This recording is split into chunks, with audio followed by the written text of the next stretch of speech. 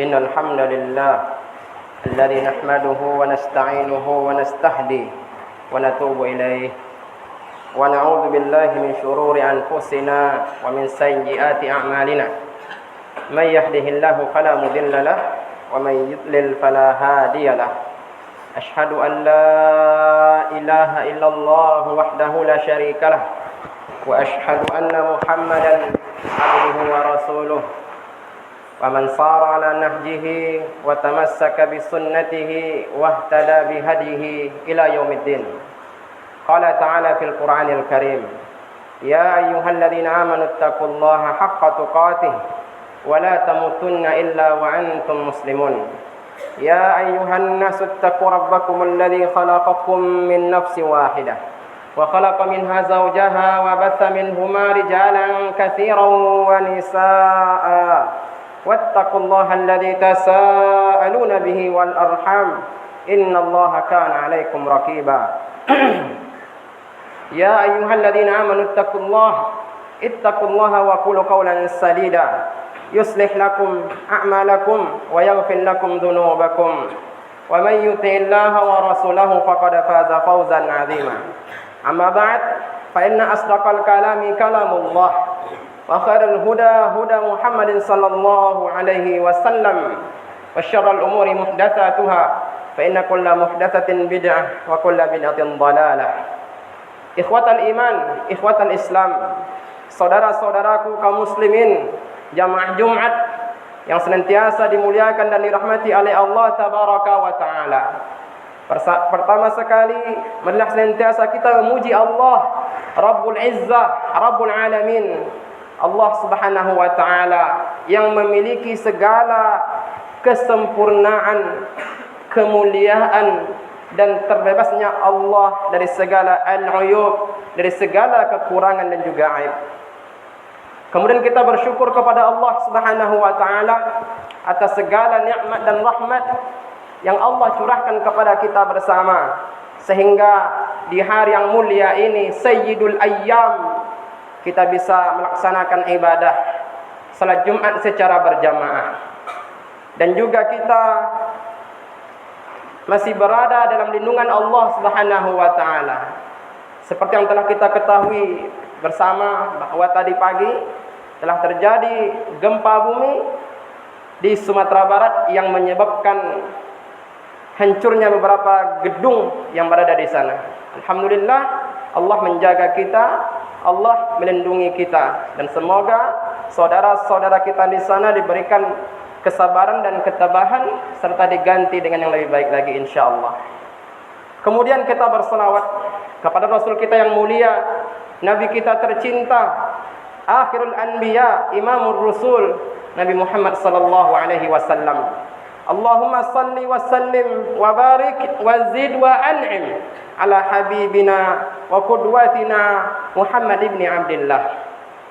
Ayyuhal muslimun, ayyuhal mustami'un al-kiram, usikum wa nafsi bitaqwallah faqad fazal muttaqun. Khatib berwasiat, khatib berpesan terkhusus untuk diri khatib pribadi dan juga untuk jemaah sekalian, untuk seluruh anak-anak kami, seluruh ustaz, seluruh karyawan dan seluruh jamaah. Marilah kita meningkatkan kualitas ketakwaan kita, memperbaiki ketakwaan kita kepada Allah Subhanahu wa taala.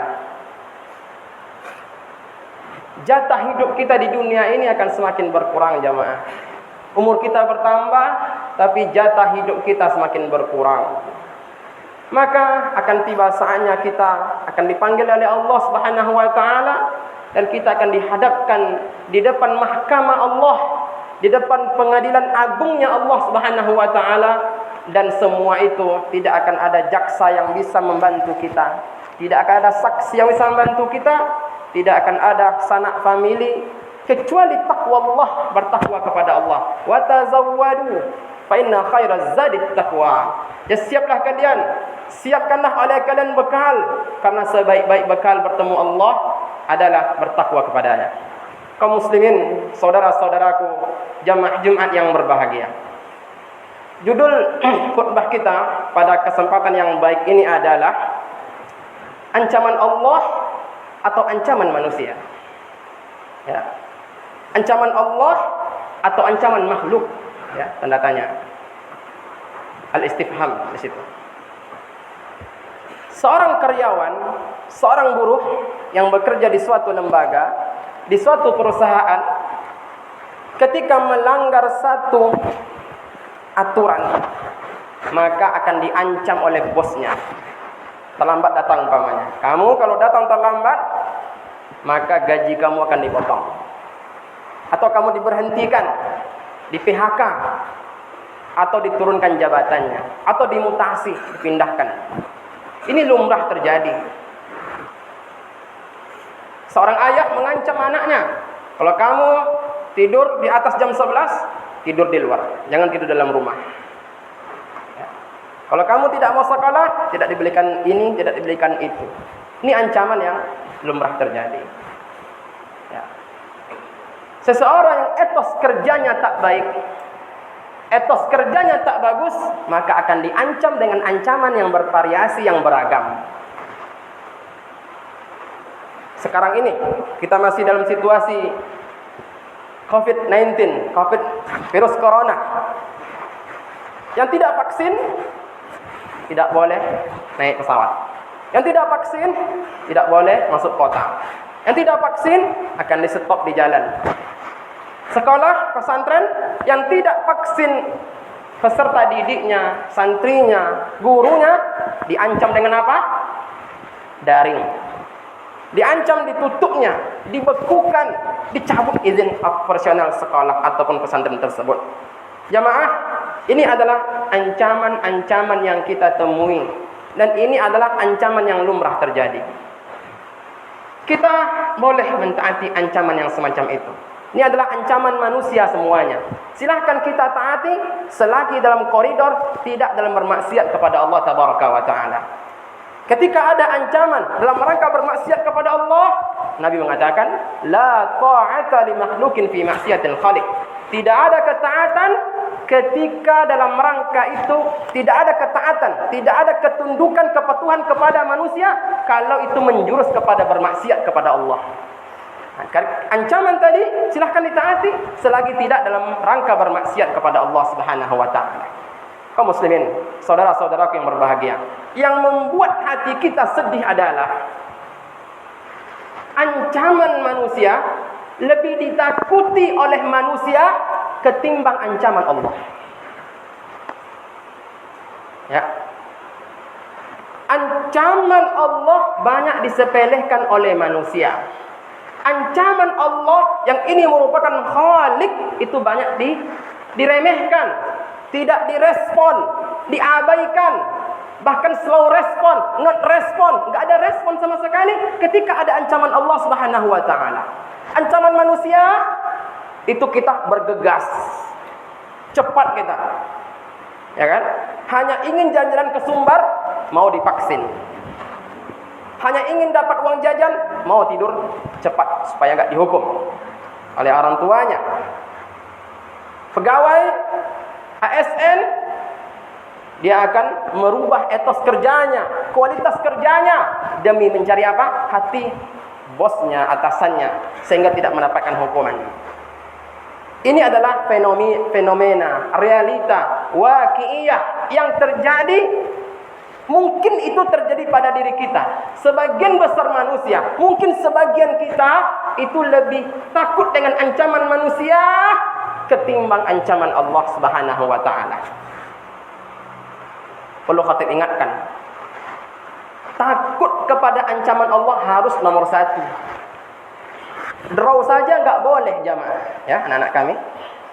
Takutnya kita dengan ancaman Allah, dengan takutnya kita dengan ancaman manusia enggak boleh sama kadarnya. Harus ancaman Allah, baru ancaman manusia, ancaman makhluk. Yang menjadi masalah adalah bukan sama lagi, lebih takut ancaman manusia ketimbang ancaman Allah. Ini tidak usah dipungkiri. Masalah pajak umpamanya, masalah pemerintah umpamanya, kita lebih masalah bank ya. Ini tagihan sudah apa nih, listrik apa nih, kita langsung bergegas. Tapi ketika ancaman Allah, yang zina ini hukumannya, yang tidak baca Al-Quran, yang tidak mau memahami Al-Quran, yang tidak berhukum dengan hukum Allah, ini hukumannya. Yang mencuri ini hukumannya. Yang durhaka orang tua ini hukumannya. Ini ancamannya. Kita slow respon, lambat responnya, bahkan tidak ada respon. Kita abaikan, kita remehkan, kita sepelekan. Kaum muslimin, ayo kita bandingkan antara ancaman Allah dengan ancaman manusia. Bandingan pertama, ancaman Allah sangat dahsyat, sangat keras, sangat kuat sekali. Allah mengatakan, "Wa man yubaddil ni'matallahi min ba'di ma ja'athu fa innallaha syadidul iqab." Dan siapa yang mengganti nikmat setelah nikmat itu datang kepadanya, fa innallaha syadidul iqab. Maka sesungguhnya Allah itu sangat kuat siksaannya, sangat keras ancamannya. Fa inna, dua di situ harfut taukid. Ya, ditekankan dua kali. Allah menekankan dua kali, menegaskan dua kali bahwa ancaman Allah itu syadidul iqab, sangat kuat, sangat keras. Allah mengatakan, "Wa may yushakikillaha wa rasulahu fa innallaha syadidul iqab."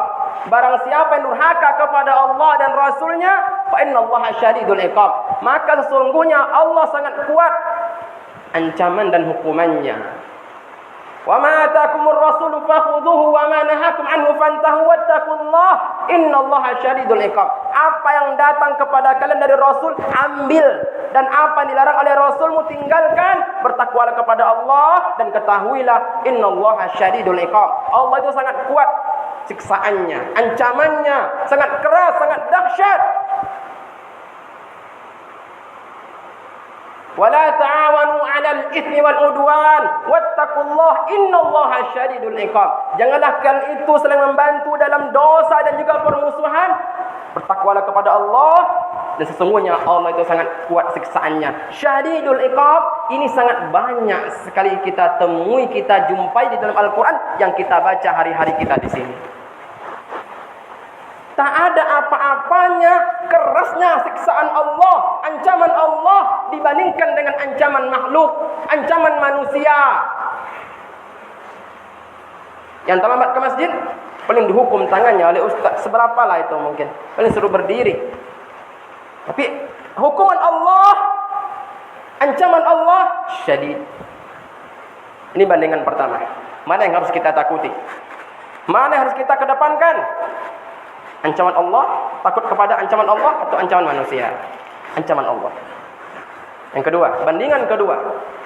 Ancaman Allah ini kalau kita abaikan berefek kepada dua kehidupan, dunia dan akhirat. Kalau ancaman manusia yang tidak pakai SIM ditilang, bayar 2 juta, paling selesai di dunia. Kalau ancaman Allah ketika kita abaikan itu berefek kepada dunyana wa ukhrana, dunia kita dan juga akhirat kita. Makanya jangan menyepelekan ancaman Allah, ikhwah.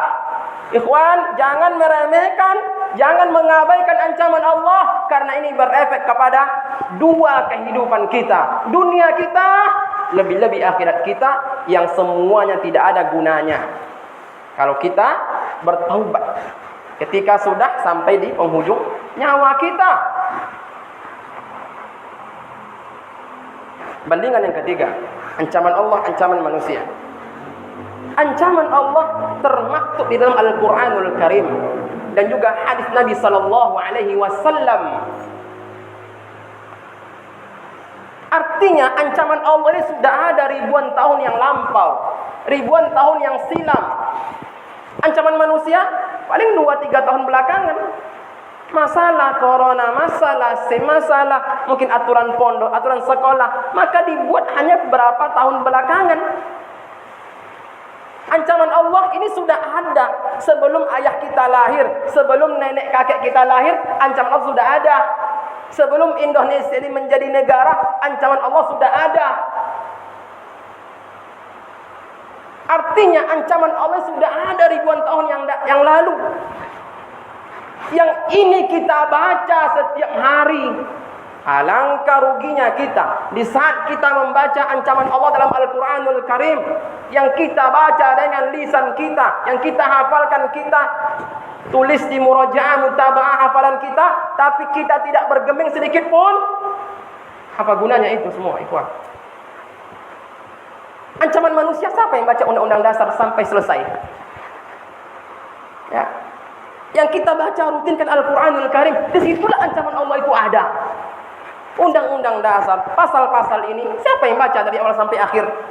Itu dibutuhkan ketika ada masalah pengadilan saja.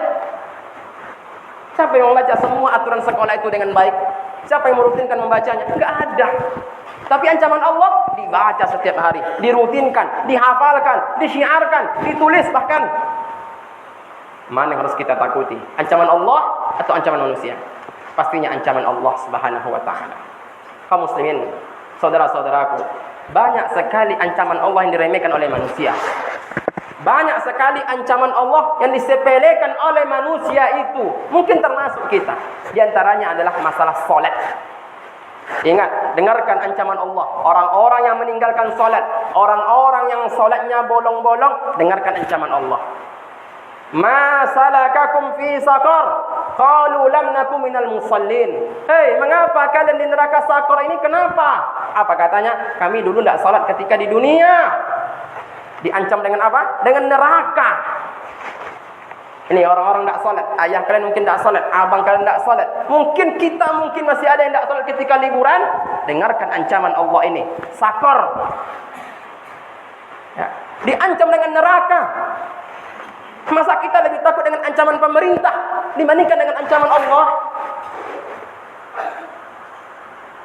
Diancam dengan neraka yang apinya, kemarin kita membakar kayu itu panas, jarak 10 meter terasa.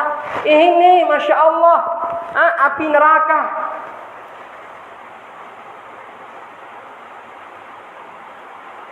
Al-ahdul ladzi bainana wa bainahum as-salah, faman tarakaha faqad kafar, kata Nabi. Perjanjian kita dengan mereka adalah salat. Barang siapa yang meninggalkan salat, maka dia kafir, kufur. Diancam dengan kekufuran, diancam dengan kekafiran. Ini banyak sekarang orang-orang yang mengabaikan ancaman ini. Rela untuk mengeluarkan segala uangnya karena takut dengan ancaman manusia, tapi ancaman Allah yang tak perlu mengeluarkan uang diabaikan begitu saja. Diancam dengan kekufuran. Allah mengatakan, "Fa khalafa min ba'dihim khalfun adha'us shalah wattaba'us syahawat fasawfa yalqauna ghayya." Akan ada suatu kaum yang datang yang mereka ini menyia-nyiakan salat dan mengikuti hawa nafsu mereka, syahwat. Fasawfa yalqauna ghayya. Mereka itu akan menemui kesesatan, disesatkan oleh Allah Subhanahu wa taala. Orang yang meninggalkan salat diancam dengan kekufuran. Orang yang meninggalkan salat diancam dengan neraka Saqar. Orang yang meninggalkan salat diancam dengan kesesatan. Siapa yang mau disesatkan? Kita mungkin yang nengok handphone mungkin marah ketika ada yang menyesatkan amalan kita, menyesatkan ini. Ini orang yang tidak salat disesatkan oleh Allah Subhanahu wa taala. Tidakkah kita takut dengan ancaman-ancaman seperti ini? Ini banyak orang melalaikan salat. Ini tugas kita untuk menyelamatkan diri kita dan keluarga kita. Diancam dengan seperti itu. Ancaman berikutnya yang banyak diremehkan oleh orang adalah masalah asyirku billah, masalah kesyirikan. Innallaha la yaghfiru ay yushraka bihi wa yaghfiru ma duna dzalika liman yasha wa man yusyrik billahi faqad iftara itsman 'azima. Dalam ayat ini, orang yang melakukan kesyirikan diancam dengan apa? Tidak diampuni dosanya. Kemudian faqad iftara itsman 'azima. Mereka itu melakukan dosa besar.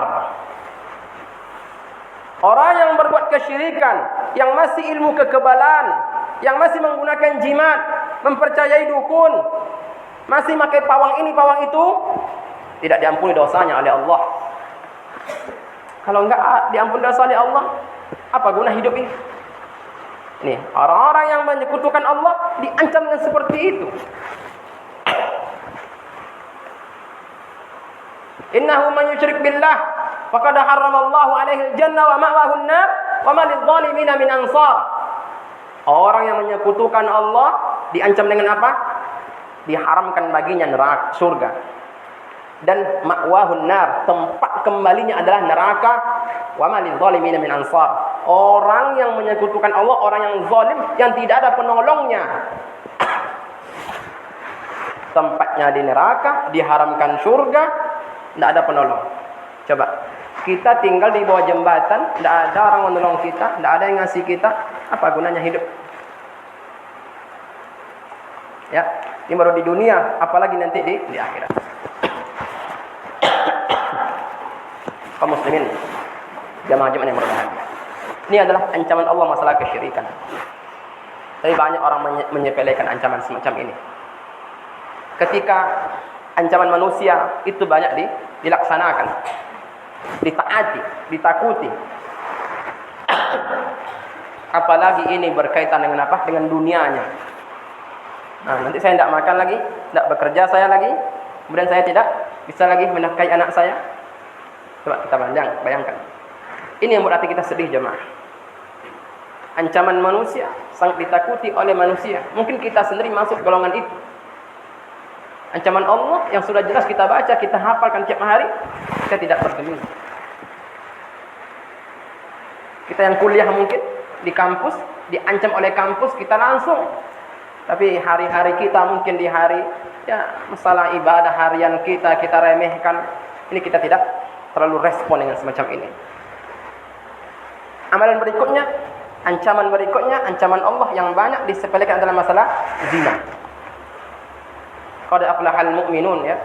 Kemudian ayat berikutnya, walladzina hum li furujihim hafizun illa ala azwajihim aw ma malakat aymanuhum fa innahum ghairu malumin faman ibtagha wara'a dzalika fa ulaika humul adun.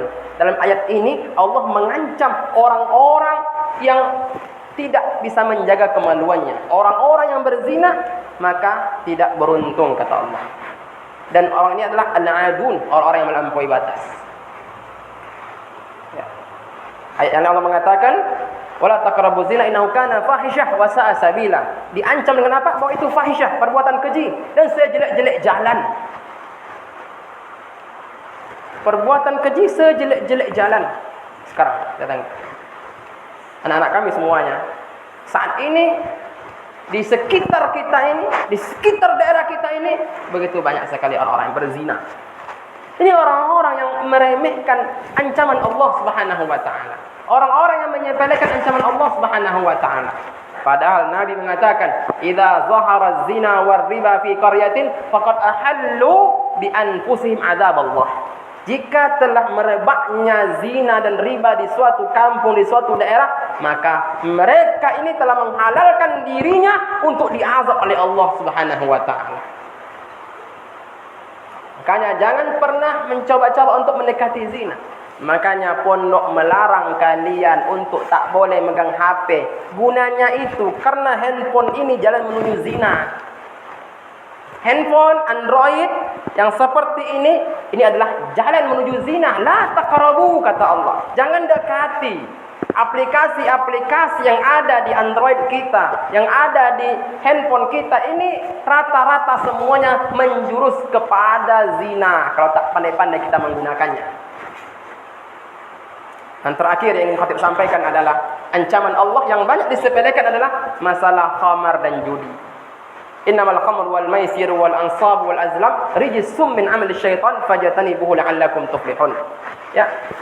Khamar, ya, judi, narkoba, sabu, ganja, ngisap lem, ini adalah rijsun, najis. Dan ini adalah perbuatan syaitan. Diancam dengan bahwa amal ini najis dan perbuatan syaitan. Syaitan adalah makhluk Allah yang terkutuk. Nah, orang yang khamar, orang yang ganja, orang yang mengkonsumsi sabu, narkoba, ngisap lem, anak-anak sekarang, ya, itu adalah perbuatan syaitan dan itu najis. Tidakkah kita takut dengan ancaman Allah Subhanahu wa taala ini? Kaum muslimin, anak-anak kami, seluruh jamaah, ini adalah beberapa ancaman Allah Subhanahu wa taala yang diremehkan, yang disepelekan. Mudah-mudahan kita tidak termasuk kepada orang-orang yang menyepelekan, meremehkan ancaman Allah sedikit pun. Jangan pernah kita meremehkan ancaman Allah Subhanahu wa taala. Karena efeknya begitu luar biasa. Bahayanya begitu luar biasa untuk kehidupan dunia kita dan akhirat kita. Semoga bermanfaat. Khutbah yang singkat ini memberikan motivasi kepada kita semua, semakin menjadi sugesti, menjadi dorongan bagi kita semua agar kita menjadi hamba Allah yang menjadikan takut kepada ancaman Allah itu di urutan yang pertama. Aku qouli hadza fa'tabiru ya ulil absar la'allakum tuflihun.